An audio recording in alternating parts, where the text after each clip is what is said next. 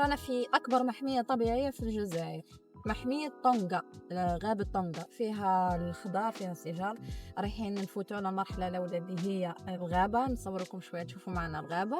والمرحلة الدوزيام تابعوا معنا آخر البحيرة. نص الفيديو، نقسموها على ثلاثة مراحل تشوفوا معنا الدنيا هنا. واليوم راح يكون الجيد نتاعنا التور هو علي تايلاندي، المشهور بعلي التايلاندي.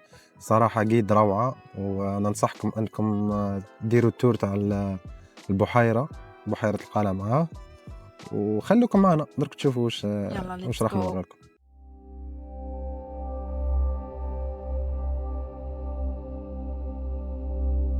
صراحة البلاصة هذه راحة نفسية، باكم غابة فيها كمية خضار وكمية أشجار مش طبيعية. شوف تحسوا الجمال الساحر تاع البلاصة، شغل كي تقعدوا فيها تسحروا. كيما الغابة هذه تلقاو فيها بزاف أنواع تاع الأشجار، منهم البلوط الفليني، الصنوبر، كاين بزاف أنواع تاع الأشجار راكم تشوفوا فيه مورانا كيما هكا. والكثافة تاع الأشجار كثيفة الغابة، كان تدخلوا هكا كيما حنا دروك رانا شتاء راكم تشوفوا صح الخضار هنا شوية، بس كي تقدموا لقدام هنا تدخلوا للغابة مليح راح تلقاو باللي كيما نقولوا دركا راهو المطر مداير شويه الغرقه كيما يقول الطين، ما تقدرش تدخل مليح للغابه. لكن هذه البلاصه في الصيف تولي تقدر تدخل داخل. سبحان الله، شوفوا اشكال انواع الاشجار اللي موجوده هنا، والهدوء، صوت الطبيعه. ومن غير الشجر والطبيعة كاين هنا تاني تنوع تاع الحيوانات، كما كاين الخنزير البري، الأرانب البرية، الثعالب، تلقاهم كلها هنا. وكما شفتوا قبيله البقر. ننصحكم والله ننصحكم اللي حاب يرتاح، اللي حاب يرتاح نفسيا واللي حاب صح يتمتع بالطبيعة، هذه الوجهة نتاعكم. العنكبوت مصورها واحد نشوف. شوف هذه الورقة اللي كنت تشوفوها فيها محكومة بخيط تاع عنكبوت. خيط عنكبوت راكم تشوفوها هي مستغربة.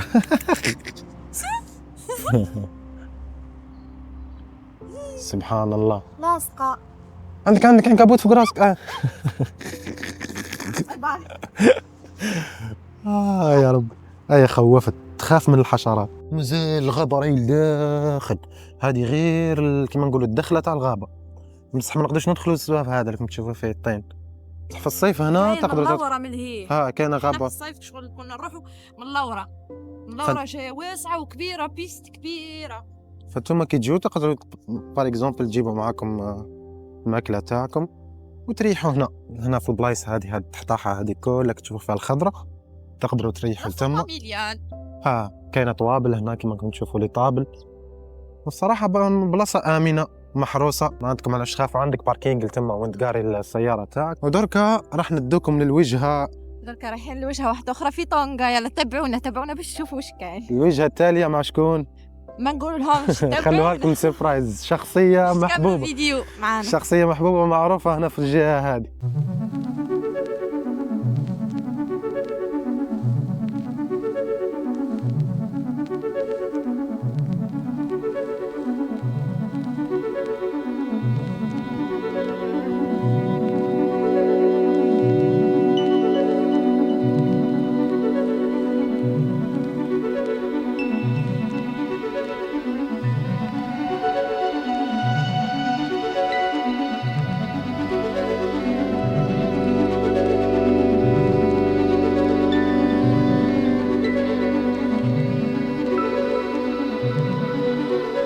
ودركا وصلنا للمرحلة الثانية ولا المحطة الثانية اللي هي معانا ومعاكم المرشد السياحي.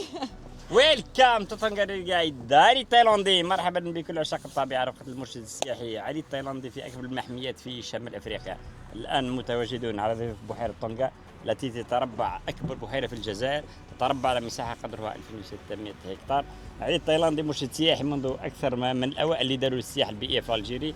أكثر من 22 سنة وأنا ندير في الإرشاد السياحي. نترعرع بهذا المكان وزايد فيها طونغا، سي بورصا هي نخدمها عن حب، مش غير دراهم، نو، عن حب بارامور. حتى الحاجة كي تحبها تولي تبدع فيها.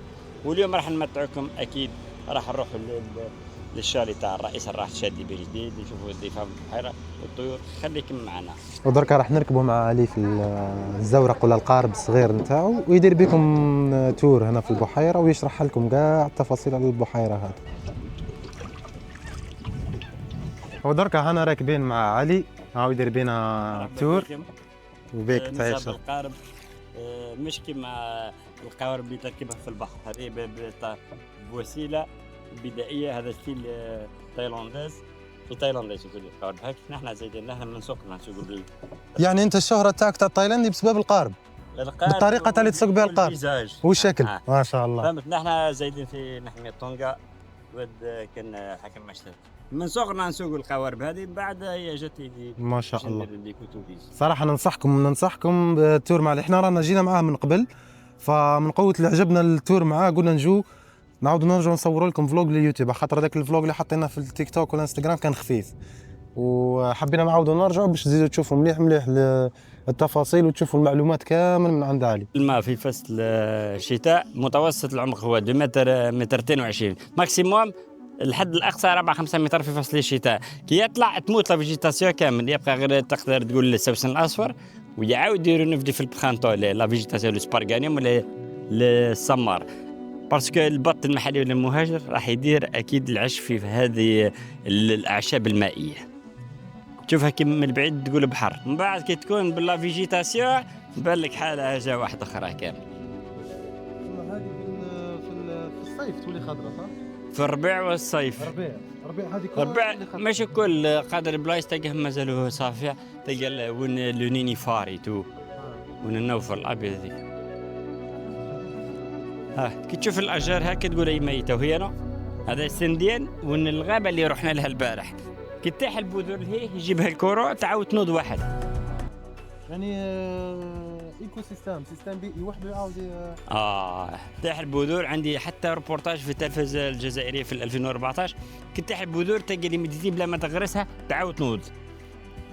الباز بالبيزار دروزو، وكان بالبيزار بيشور نسر الصياد، وكان الحدايا السوداء ميلون نوار.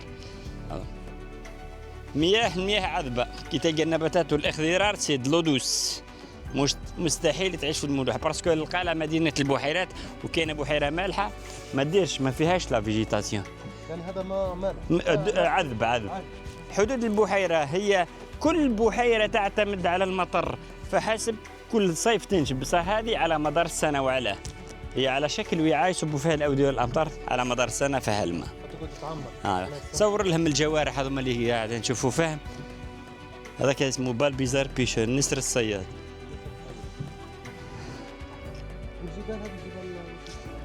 هذه عندنا كيف الجزائر كما يعيطوا له، وكيف الشهبه يعيطوا لهم كما مشهورين.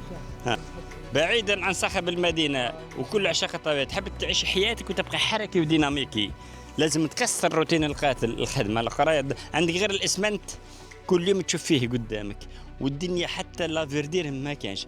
على هذيك قلنا في المستشفيات تلقى البيض الزرقاء والخضراء، البحر يهدي الاعصاب ريلاكسي، والطبيعه كيف مي كي تخرج للطبيعه عمرك ما تشوف رجليك، ديما شوف الافق باه تريح اعصاب تجيلك لا ريلاكساسيون هذيك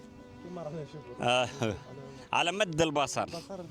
سي بور سا تلقى الناس اللي يعيشوا في الصحراء تلقاهم سي دي جون كالم، كل واحد يعيش في الطبيعه تلقاه دي جون كالم، تلقاهم ناس كما يقولوا كالم خلاص.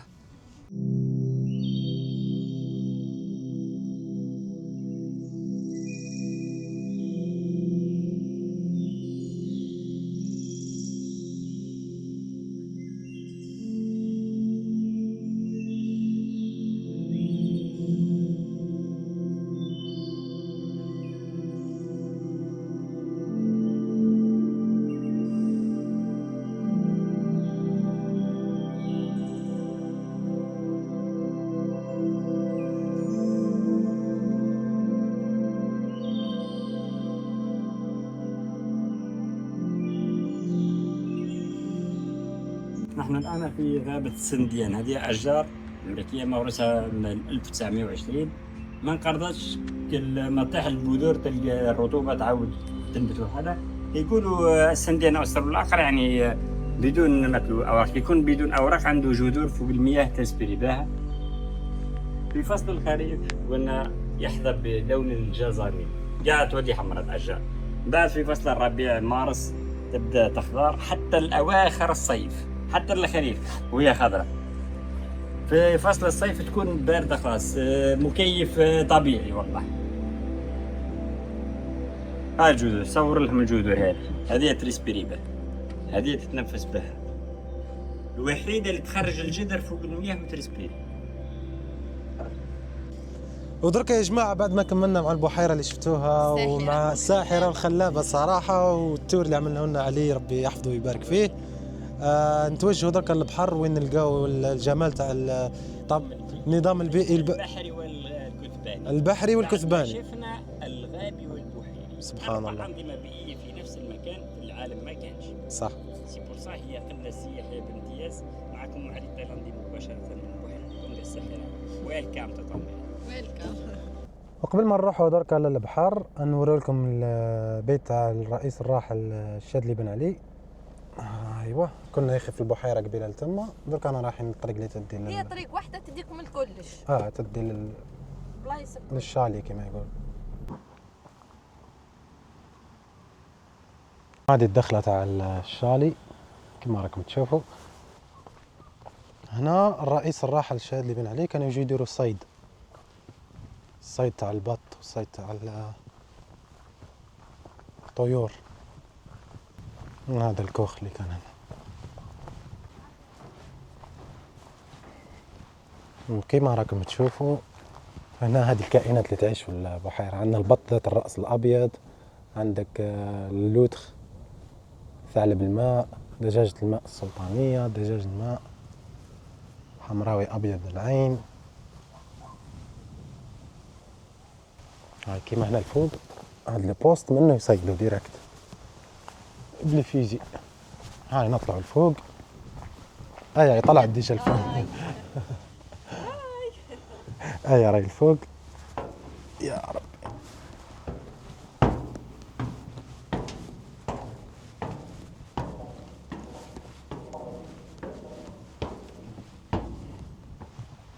الصراحة المنظر يهبل. عجبك المنظر؟ روعة. شوف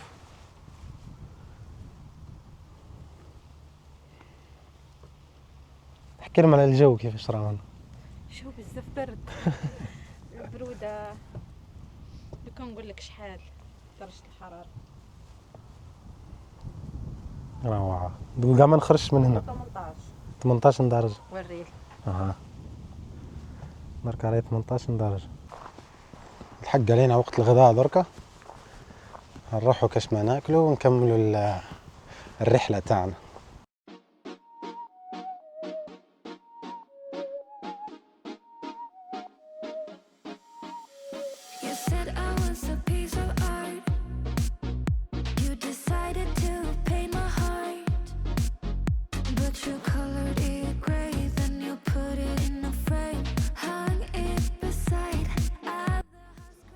تبني من هادو فهمتوا ورانا درك. رانا في ريستورون اسمه لو بون بيشور في القالة سونتر فيل في البلاد. في البلاد. هيا دومونديت شوا وانا دومونديت بلا كريفات. صراحة ريستورون هذاك لينا عنده قبل، ننصحكم تجوا تجربوه. السؤال يطرح نفسه شكون الكابيتان؟ اني انت مكتوب فيها كابيتان وتاعك كابيتان. انت هو الكابيتان. انت انا الكابيتان وانت القبطانة. صح. شوف واش حاطين الطماطم وزيت زيتونه وهريسه، وهذه سلطه فيها سلطه وفيها زروديه وفيها هادي. صراحه تشاهي سلطه بنت.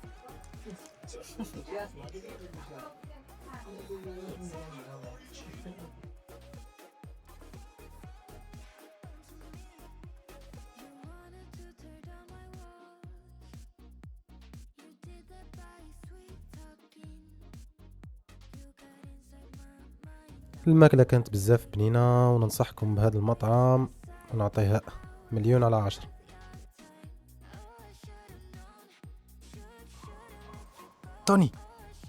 توني جود باي توني كي تكملوا من الريستوران ما تنساوش تسلموا على توني، تلقاه لبرا يستنى فيكم. توني توني جود بوي. صراحة هذوك كملنا الماكلة وين نتحركوا البحر لافياي كان القلعة القديم. ودركا ورانا في لافياي في القالة القديمة، شاطئ القلعة القديمة. هذا اللي ورانا اللي كنت شايفه. جبنا معنا شوية باتيسوري يلا بسم الله كولوا معنا. وجينا ناكلوا على شاطئ البحر. شوفوا المنظر. واو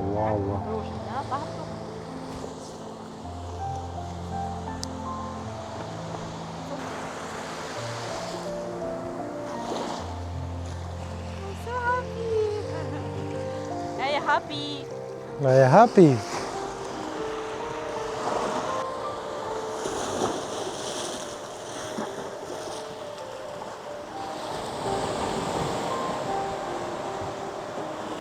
بلاصة كيما هذه ما نحتاجش نشرح، تبان الصورة وحدة تعبر عن 1000 كلمة كما يقول. شغل البحر أنا نحكي على هذا الجمال مانيش نحكي على البحر.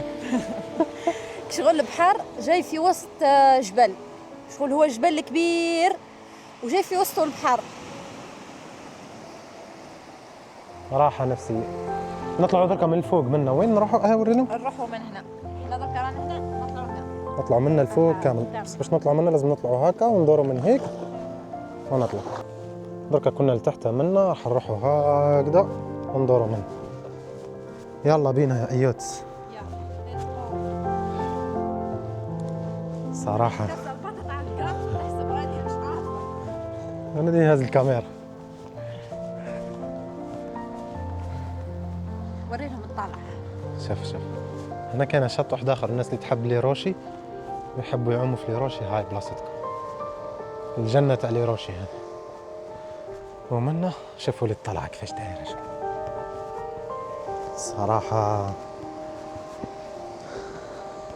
ما نحتاجش نعبر وما نحتاجش نقول. شوف هنا هذا حي طايح هنا. ما فهمش كانت بنية. تبان بنية تاع بكري عارف. أنا نقول لك زدتوا لي أورانج. شوف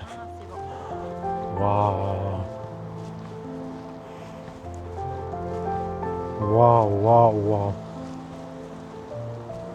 كنا هنا درك لتحت. شوف يا رنا الجمال الطبيعي. لابويا اللي رباني. الجمال الطبيعي.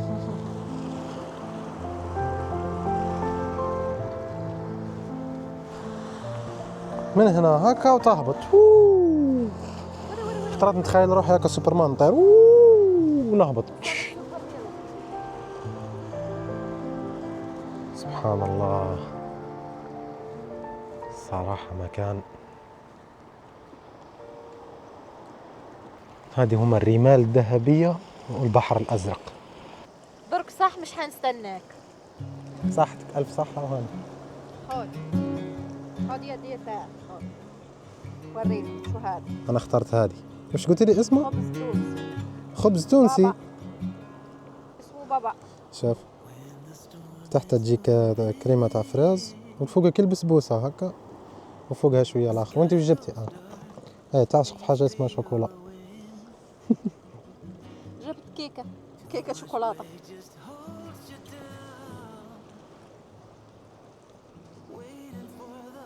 الحلم يتحقق. الحلم هذه نتيجة كي تزوجوا عن حب. الحمد لله. خلاص عليكم هكا تستكشفوا في البلايص اللي كيما هذا. قولوا ما شاء الله. ما رأيك؟ نم كيما يقول غيث. Though the road is long, there is always love to carry you home.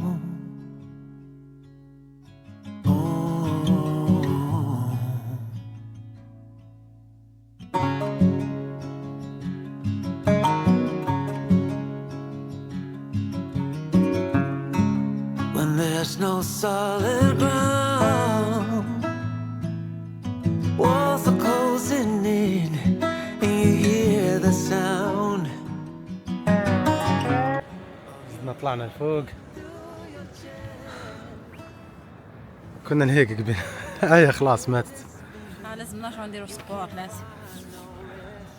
نوريكم الرشي منها اش كانت تحت.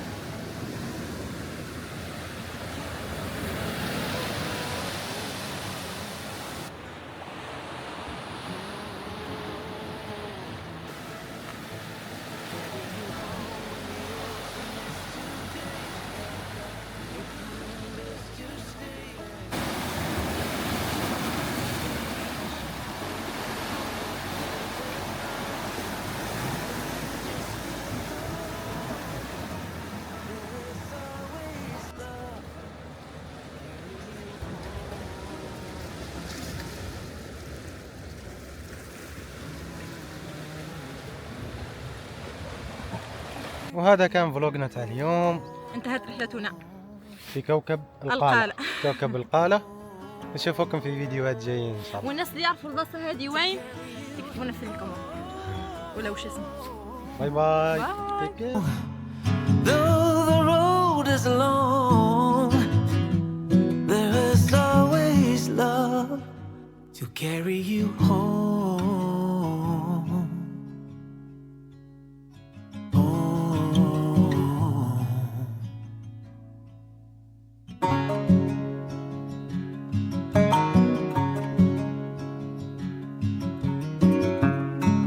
When there's no solid ground